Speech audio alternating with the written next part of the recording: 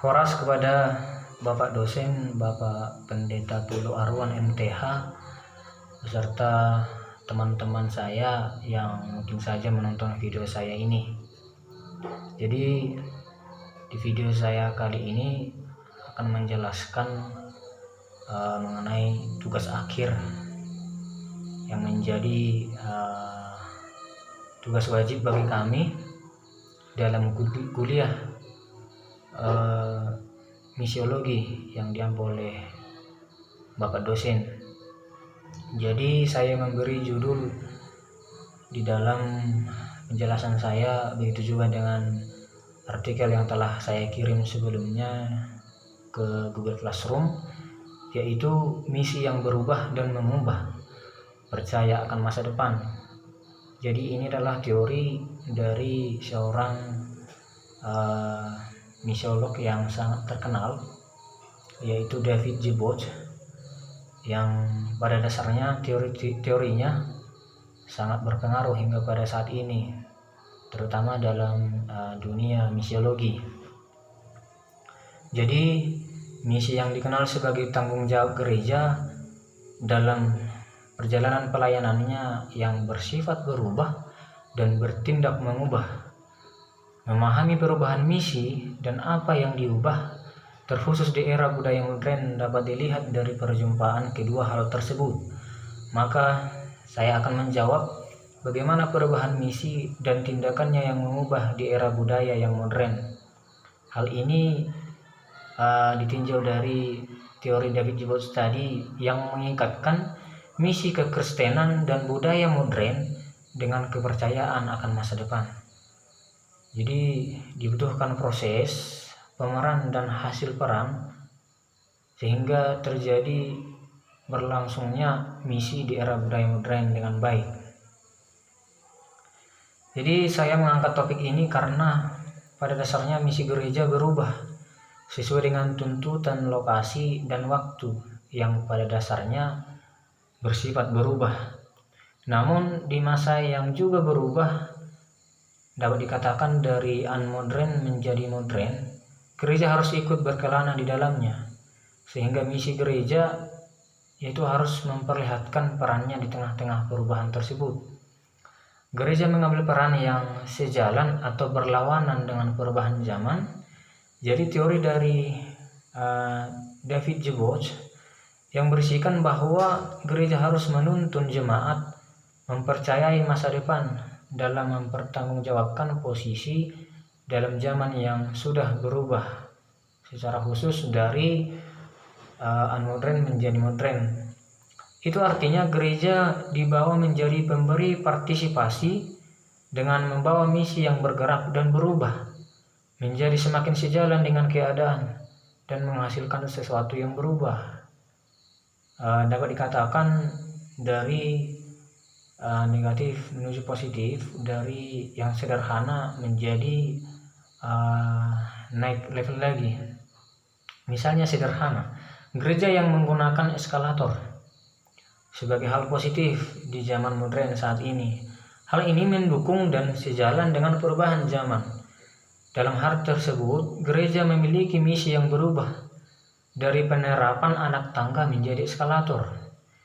Jadi hal tersebut mengubah hal-hal yang menjadi pandangan jemaat mengenai sudah menjangkau bagian dalam gereja, terutama bagi lansia yang terkadang sulit untuk melangkahkan kaki di anak tangga untuk masuk ke dalam gereja. Jadi itu adalah hal sederhana, salah satu contoh. Namun masih banyak hal yang berubah dan tindakan mengubah dari misi sebagai buahnya di masa modern, baik itu positif dan negatif. Meskipun gereja dituntut berubah dan mengubah ke arah positif, pada dasarnya memang perlu dibahas mengenai hal negatif yang juga dapat timbul sebagai tantangan gereja dalam menjalankan misi di masa modern saat ini. Jadi baik misi Kristen maupun budaya modern secara luas dianggap sebagai antagonis, berada dalam krisis. Jadi munculnya gerakan misi modern di awal abad ke-19 tidak dapat dipahami terlepas dari munculnya masyarakat teknokratis. Jadi sekarang pada akhir abad ke-21, baik budaya modern maupun misi Kristen menghadapi masa depan yang sebenarnya tidak pasti. Salah satu perkembangan integral dari modernitas adalah bagaimana peran agama dan budaya didefinisikan ulang. Sedangkan agama telah memainkan peran otoritatif dalam budaya susunan Kristen, budaya modern adalah sangat kritis terhadap agama dan semakin sekuler dalam asumsinya. Upaya berkelanjutan dilakukan untuk membuang agama ke tempat terbelakang budaya modern. Ilmiah pencerahan telah mengajarkan bahwa orang-orang penerimaan kepercayaan yang belum terbukti adalah jalan lebar menuju kegelapan. Hanya keraguan universal yang akan membersihkan pikiran manusia dari semua pendapat yang hanya didasarkan pada kepercayaan dan membukanya untuk pengetahuan yang didasarkan pada naluri atau akal. Kita harus mengosongkan pikiran daripada membiarkan apapun tetapi keyakinan yang tak termatahkan untuk menguasainya. Hanya di sepanjang jalan yang lurus dan sempit ini kita sampai pada titik pengetahuan yang tidak dapat disangkal, yang sepenuhnya ditentukan oleh bukti yang objektif. Karena tumbuhnya ketidaksukaan terhadap apa yang dianggap sebagai fanatisme agama dari prinsip pencerahan ini. Jadi hasil dari keraguan-raguan sebagai pemecah kesesatan semakin ditujukan secara khusus pada agama, pada iman. Dia telah menjadi pengajaran yang luar biasa berhasil. Ini telah menjadi pandangan yang diterima di dalam kita semua ketika kita diberitahu tentang sesuatu yang belum kita ketahui sebelumnya dan meresponnya secara spontan. Di manakah buktinya? Apa faktanya? Jadi seorang tokoh bernama Polanyi yang secara sistematis menolak pendekatan ini mengaku bahwa dia juga menemukan gagasan yang tertanam dalam pikirannya sendiri, bahwa menahan diri dari mempercayai pernyataan yang tidak terbukti adalah selalu merupakan tindakan kejujuran intelektual, dan mempercayainya berarti membuka diri lebar-lebar terhadap kecurigaan obskurantisme. Yang harus dituju adalah objektivitas total. Jadi saat ini semakin besar disiplin ilmu, termasuk ilmu alam, mengakui meskipun terkadang dengan enggan bahwa ini adalah pandangan yang didasarkan pada ilusi, bahwa tidak ada objektivitas yang lengkap, bahwa sejumlah faktor ikut menentukan keyakinan kita. Jadi titik masalahnya adalah bagaimanapun bahwa sebagian besar orang pada pendapat kita di jalan, di kantor, pabrik, dan sekolah tampaknya tidak menyadari perubahan yang telah terjadi selama ini. Mereka harus hidup dan bertindak seolah-olah prinsip objektivitas ilmiah adalah benar-benar utuh dan tak termatahkan. Jadi kita memiliki tugas, misi yang utama dalam hal ini, tugas yang mungkin berubah dan menjadi lebih sulit daripada yang lain, seperti yang telah saya jelaskan sebelumnya. Jadi pada umumnya di zaman kita sekarang orang-orang mulai melepaskan harapan-harapan pencerahan, belum berpegang pada premisnya, khususnya gagasan bahwa akal adalah kunci utama. Jadi dua orang tokoh bernama Horkheimer dan Adorno berpendapat bahwa pencerahan dan modern sains yang terletak di dasar masyarakat modern yang dirasionalisasi itu telah gagal. Mereka mengakui bahwa rasionalitas pencerahan telah merusak diri sendiri dan bahwa alasan instrumentalnya pada dasarnya rusak. Namun mereka menolak untuk menyerahkan apa yang mereka sebut, dan mereka menyebut akal manusia sebagai titik keberangkatan. Jadi seorang tokoh lagi bernama Jürgen Habermas, terlepas dari semua kritiknya terhadap dua rekannya yang lebih tua tadi, dia hanya menafsirkan ulang dan ingin menggunakannya untuk memandu proyek modern ketujuan atau demi hasil yang sesuai. Ini harus terjadi atas dasar prinsip-prinsip modernitas itu sendiri, khususnya alasan manusia. Jadi gagasan Habermas tentang rasionalitas lebih luas daripada Horkheimer dan Adorno, tetapi masih tersisa untuk sumber daya sendiri dan menemukan kriteria utamanya dalam dirinya sendiri. Ini mengungkapkan masalah mendasar dan banyak yang disebut filsafat postmodern. Di satu sisi otonomi akal ditolak, pada lainnya ini dilakukan semata-mata dengan alasan.